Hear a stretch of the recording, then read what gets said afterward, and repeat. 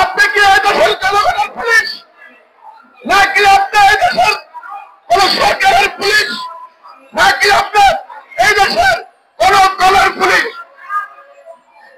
যদি এই দেশের জনগণের পুলিশ হয়ে থাকেন, তাহলে কেন কেন মাহমুদুর রহমান মান্নাকে তার এলাকায় ঘুরতে দিতে চায় না? লোককে কেন আপনার প্রতিবাদ করেন না?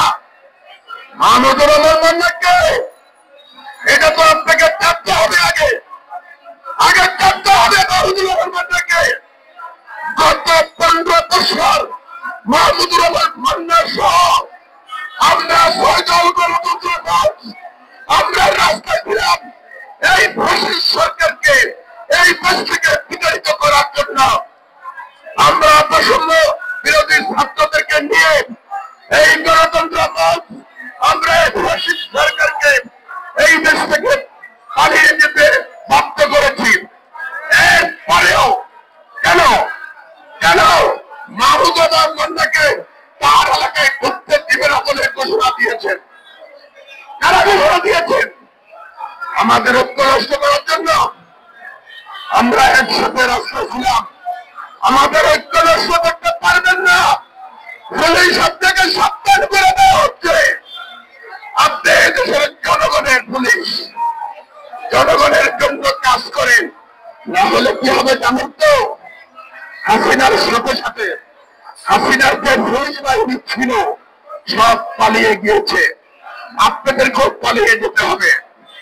সংগ্রামী সাথীরা, এই দেশের সর্বপ্রথম স্বাধীনতার পতাকা উত্তোলন জনাব আসিফ আকবরের দল জাতীয় সমাজতান্ত্রিক দল জেএসডি, আপনারা সাংবাদিক ভাইরাও দেখেছেন। এই আসিফ আকবরের দলের লোক 15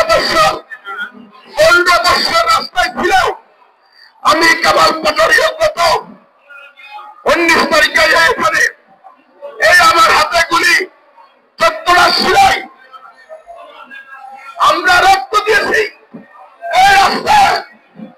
এরপরেও কেন স্বাধীনতার পতাকা উত্তোলক আসিফ আকবরের দলের নেতা কর্মীদেরকে মিথ্যা মামলা দিয়ে মামলা কেন দিয়েছেন? আসিফ আকবরের লোকেরা তো গত 15 বছর রাস্তায় ছিল। কেন আসিফ আকবরের নেতা কর্মীদের বিরুদ্ধে মামলা হচ্ছে? আমরা কিন্তু জানি কারা এগুলো করছেন, আমরা জানি কারা এগুলো করছেন। প্রয়োজন হবে আবারও বৈষম্য বিরোধী ছাত্রদেরকে নিয়ে গণতন্ত্র মঞ্চ এবং অন্যান্য দল নিয়ে আমরা আবার রাস্তায় নামবো। আমরা আবার রাস্তায় নামবো। এই সরকারকে বলে দিচ্ছি, আমাদেরকেও কিন্তু নাড়াবেন না, আমাদেরকে নাড়াবেন না। আপনাদের গতি থাকবে না, নিরপেক্ষ থাকুন। এই দেশের জনগণকে নিয়ে দেশটা চালান, ভালো হবে।